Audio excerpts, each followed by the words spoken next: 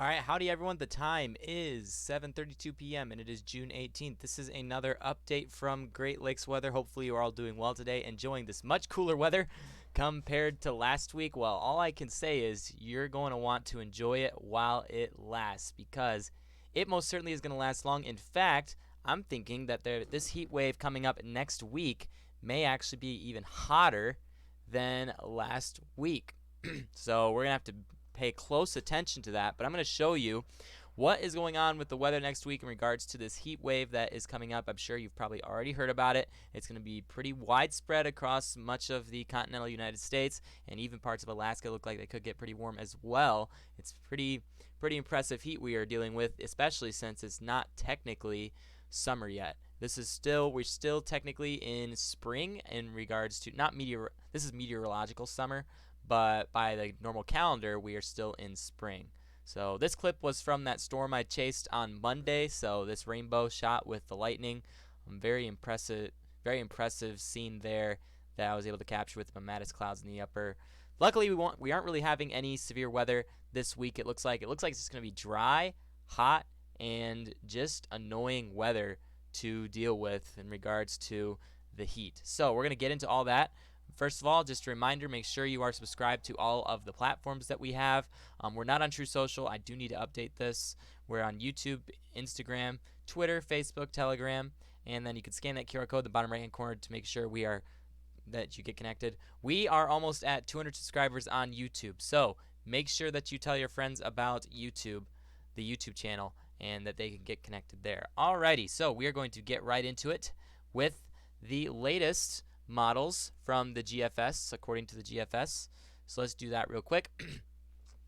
This right here is the 500 millibar height anomaly. So this shows the temperature difference in the upper levels of the atmosphere. Okay, so this actually does have a heavy role in the temperature at the surface because if you remember, cold air tends to sink, warm air tends to rise.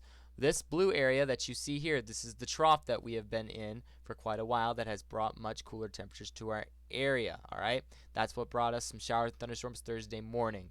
Those storms weren't severe, luckily, but behind that cold front, we have this trough that really kept our temperatures much cooler much cooler in the Great Lakes region, which was quite nice. Especially the temperature outside right now is 73 degrees. Not really a bad temperature to be dealing with. This ridge right here is what's going to be building in and bringing us some warmer weather, okay? So the cold air that we have been seeing sinking from up above, bringing us cooler weather, is moving out. We've got another ridge that's going to build in that's really going to drive our temperatures up once again. And look how widespread it really gets. It gets pretty much across all of the continental United States for a long time, for quite a bit of the country. Pretty much the entire country is going to be under the domination of this ridge. So it's going to be very hot nationwide across many different areas, especially Texas. Texas looks like it could get extremely warm according to some of the latest models, such as the Euro model, for example. So heat is building. All right, so let's continue. You still have this ridge kind of settling over the region all week, which really is just going to drive those warmer temperatures. And with the presence of a trough in the area, it really doesn't look like we're going to see much in terms of stronger severe weather with this particular setup. So it's going to be kind of a quiet week of weather. It's just going to be hot, sunny, and kind of irritating just because of the consistent heat that we're going to see. Look at the strong ridge you have up in Alaska as well by next weekend. That's going to bring some really warm temperatures up in that area. So that is what's going on. This ridge really tends to show it's just going to stick around the area through the end of June. We may have the presence of a little trough digging in to northern Michigan later on. We'll have to keep an eye on how that evolves. But this, again, we're getting into long-range models, so they can consistently change. But you do see that ridge is really going to stay with us throughout July. So it is going to be warm following this weekend. It's going to be pretty warm for the next couple of weeks, it looks like. And we're going to take a look at that with the latest on the models as well. So let's go to the temperature model now. This is still the GFS. We will compare it to the Euro in just a second. So this is the current wind chill and heat index. You can see it's pretty cool out. Temperatures in the 60s even, we have dew points that are in the 30s, which is extremely low, which is really low dew points. Not really much moisture in that atmosphere, which is really giving us that really comfortable feeling in the air. That's all going to change. Off to the west, you have higher dew points in the 60s and the 70s, built in by the presence of that ridge. Look how cool it's going to get tonight with the it's going to get down to the 40s even in some spots, even as far south as Ohio. So it's going to be quite cool down there. It's connected to that trough that's, again, moving east out of our area. Then it's going to start to warm up. We're going to get close to the mid-70s on Sunday. I would say even close to 80. It probably is going to get that warm as well. And then you can really see temperatures are really going to start to rise as you get off to that west with that ridge building into the area. So lows of 60 Sunday night. We get into Monday. It starts to heat up once again back into the 80s, close to 100s off of Minnesota. You can really see that even the Upper Peninsula is going to be warmer than parts of Ohio on Monday, which is pretty surprising.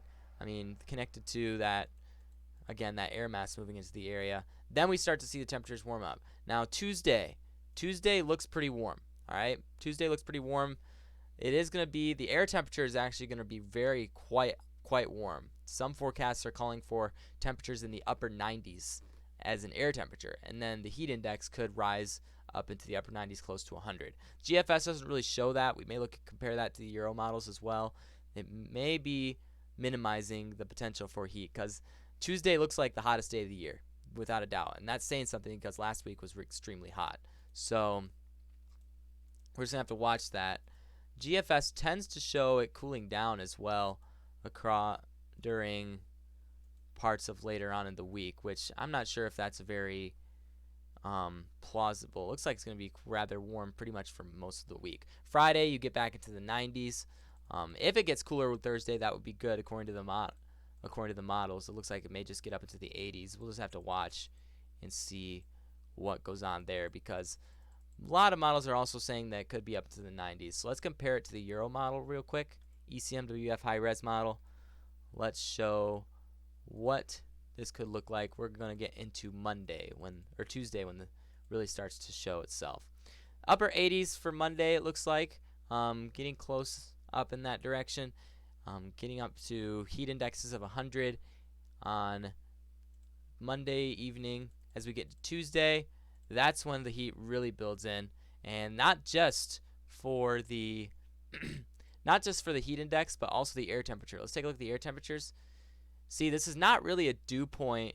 Really, the dew points won't be super high, which won't really contribute to a lot of the heat, I guess you would say. Really, the heat is just built by the presence of this air mass that is going to be in place. You have temperatures even 100 degrees up near the Flint area. In northern Indiana, you get up to 101. That's just air temperature. That is extremely hot for the air temperature, okay? But the heat index really doesn't show much of a change. It gets a little bit warmer as you get off towards Flint and those areas, but it really looks like it's going to be more of a very hot air temperature type of event. And hot air temperatures can still be as big of a problem as hot and humid days. So you're going to want to have some water on hand, but air temperatures getting up to 103, for example, in western Illinois, are considered, I guess you could say, very dangerous temperatures to be out and about and doing work, even on dry air days. So you're going to want to be careful as you go through this day. Let's go back to a forecast loop of the Euro model. So let's go to 84. That's where we're at now. So it shows that the temperatures will still be around the low 90s by the time we get into nightfall on Tuesday night. Then we get into Wednesday. Heat really builds in once again. Air temperatures of the hundreds in Ohio. It's going to be very hot down there. Continuing forward. This model is also showing a little bit of a cool down later on in the week as well, which is good news, especially across parts of Michigan for Thursday afternoon. And then it builds in once again upper 80s for Friday, and Saturday we might get back into the 90s and very hot humid conditions looking like as we get into the long range models. But again, all due to the presence of that ridge dominating pretty much the continental United States. It's going to bring some heat into the area.